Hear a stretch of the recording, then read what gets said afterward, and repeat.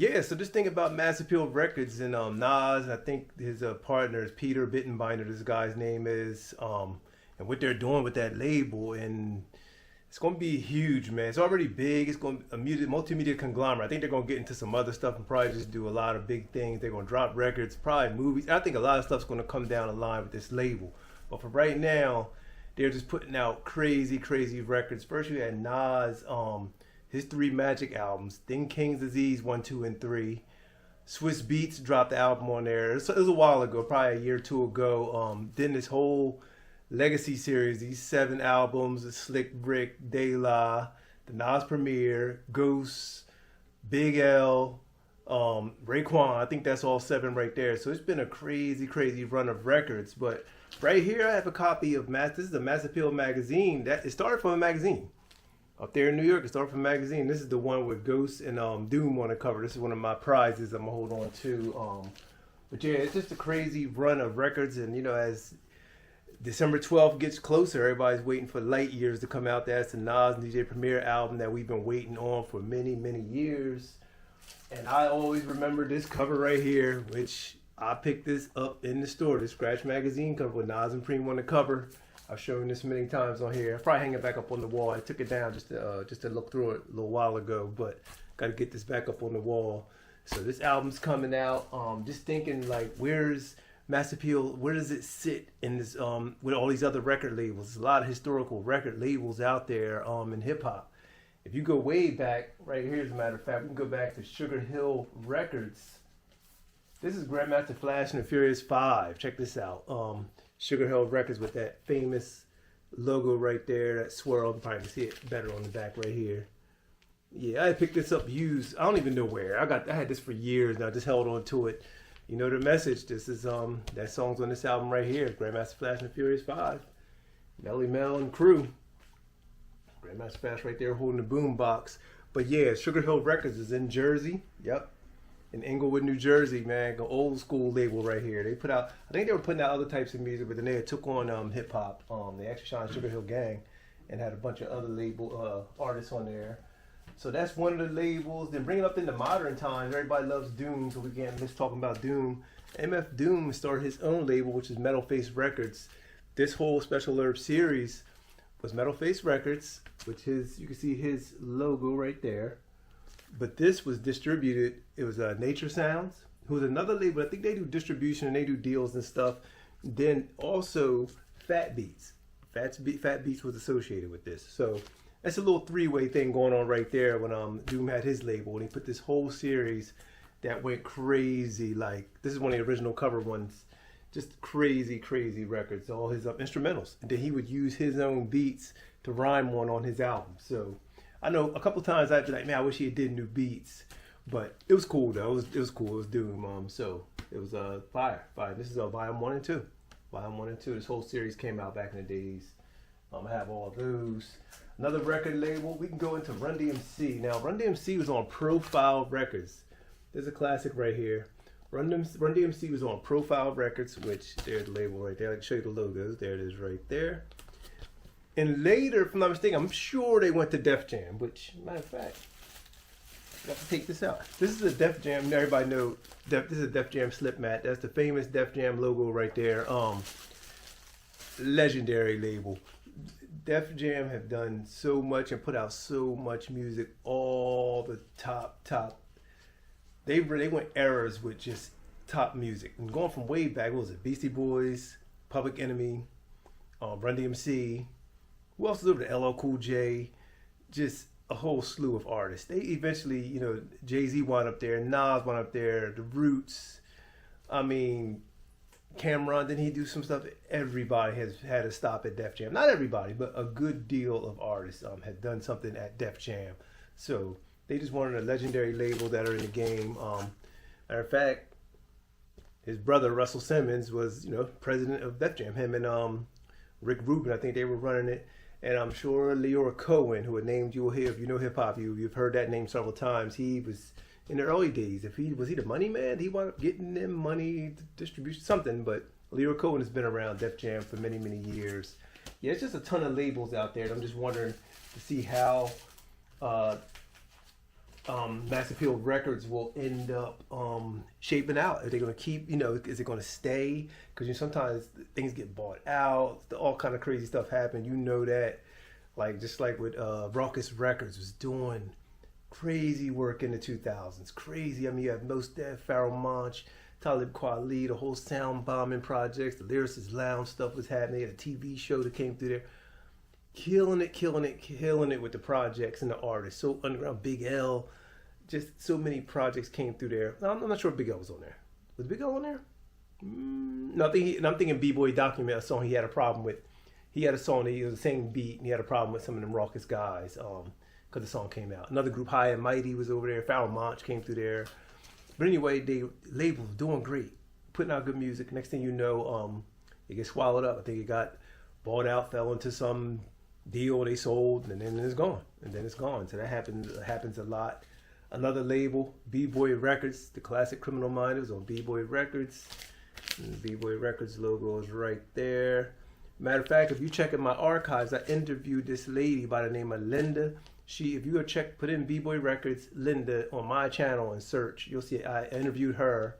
She told the story of this because said G, who's part of Ultramagnetic MCs, he worked on this album and he was saying some stuff about KRS-One and DJ Scholar Rock getting killed.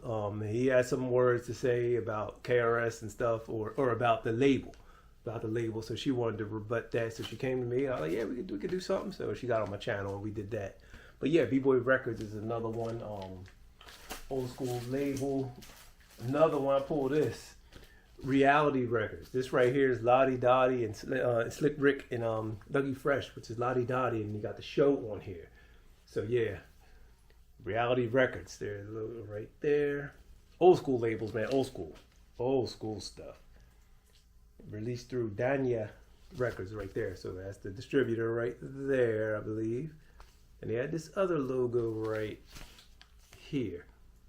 They had this other logo on there plastered. So yeah, and that says Music is Infinite, and that's Reality. So yeah, Reality Records. So they were putting out hip hop back in the day. But yeah, Lottie Dottie is one of those classic songs when you're growing up, in the 80s, you heard Lottie Dottie. Slick Rick, who is still around, legendary Slick Rick. You got that, like I said, bring it back to Mass Appeal. He's on there. So then you want to get into the Nas DJ Premier thing. Premier, Deadfeet from Gangstar. You all probably know that he's Gangstar, but I think their first deal was on Wild Pitch. Their first album was No More Mr. Nice Guy. I think that was on Wild Pitch. Then after that was one album. Then they went when Daily Operation. Step in the Arena came out. They were on Chrysalis, I believe. I think they went to Chrysalis and did many albums there, which is EMI. So it's just many record labels out there. Many record labels. So then it comes full circle. And then now the Premier working again. And this Mass Appeal was the song that DJ Premier and Guru had. And then Mass Appeal Records and Mass Appeal Magazine and all that stuff. So everything's comes full circle, it seems. But yeah, just many record labels out there. Rhymes Here Entertainment. Doom's done stuff there. I mean, Evidence. Everybody. It's just, they're up in Minnesota. It's a Minnesota-based label. Rhymes Here is super dope. It's them, and then there's who else? Alchemist, he got his label. ALC Records. Evidence got his label. I think it's called Big Picture Recordings. Dude, Blueprint out of Ohio. Weightless Records, super dope. I got his right here. This is his latest. Yeah, Blueprint, signed right there. That's his latest project called The Vessel. I showed that on here a couple times. I didn't look at this, I'm pretty sure. This is The Coldest Profession, homie. Shout out to Ozzy, hooked me up with this record. And this is on, I think this is on Premier's label. This Premier's label is the top dog. I didn't look in this. It says To The Top Records. It got those 3 T's.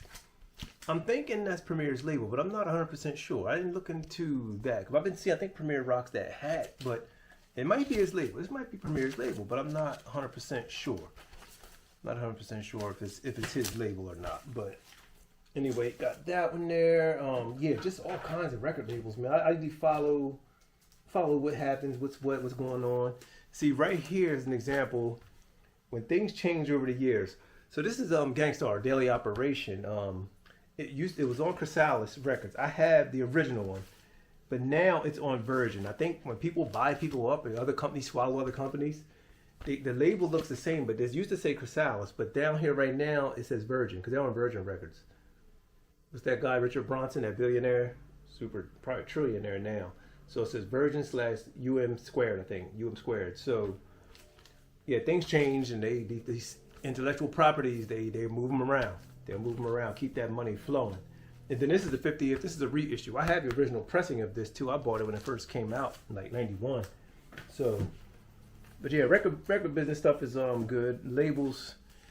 But the thing is, when you get a deal, like record deals, is do it yourself if you can, because if you get a record deal, a lot of people take the money, you get your advance. Back in the days, you would get an advance to make the record, but you're in immediate debt for the most part. I don't know about these new deals. I don't know what's going on with Nas and them, but it used to be always said that, and it makes sense. You sign a contract to make a record, but the labels instantly put you in debt, and now you got to recoup before you can start making anything. If your business is done right, if you're getting your own publishing, it's a lot of factors. So you really got to know what you're doing, or you end up just in a hole for a long, long period of time, like stuck in some crappy deal, and sometimes they don't want to let you out.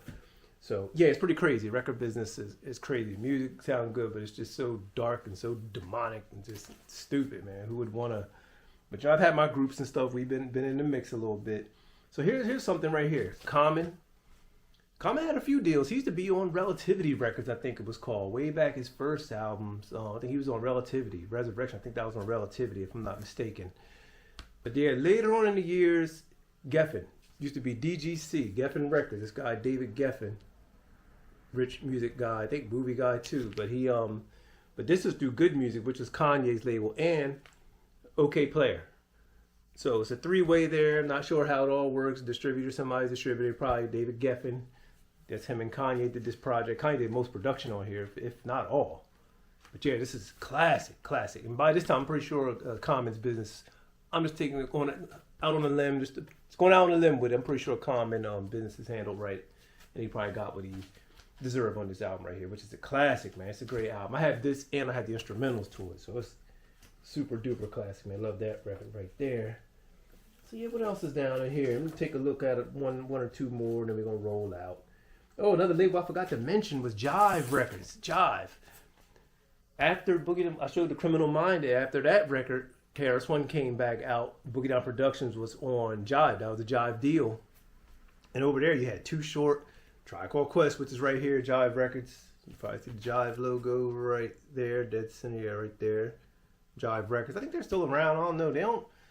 I don't really see them reissuing like classics and stuff. I haven't seen any reissues for them. I'm pretty sure the money's they're collecting.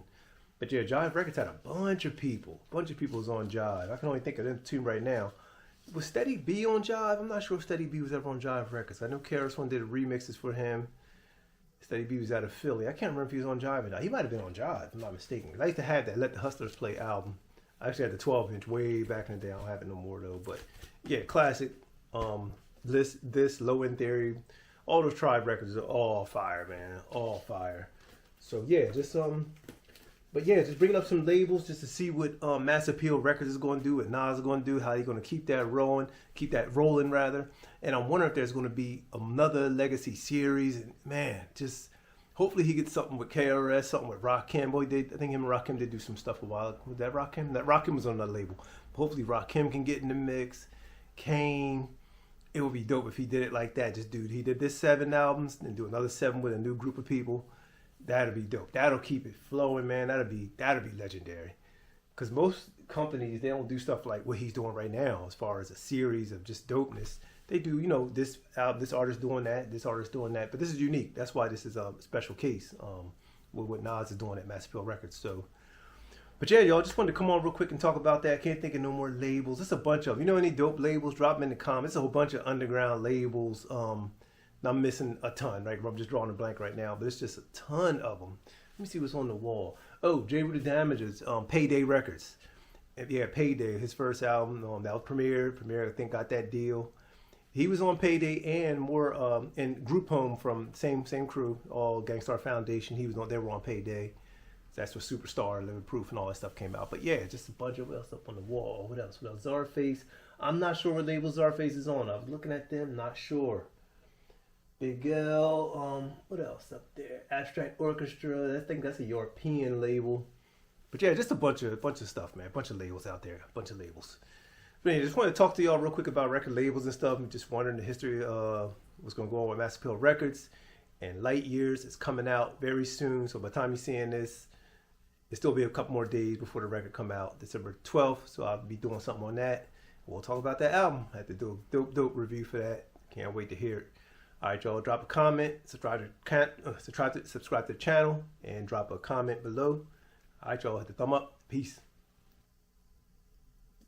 Oh, I almost packed up and left, but before I go, I gotta mention the West Coast. Ruthless Records, Easy, Jerry Heller, all that stuff, NWA. Then Ice Cube split when he left.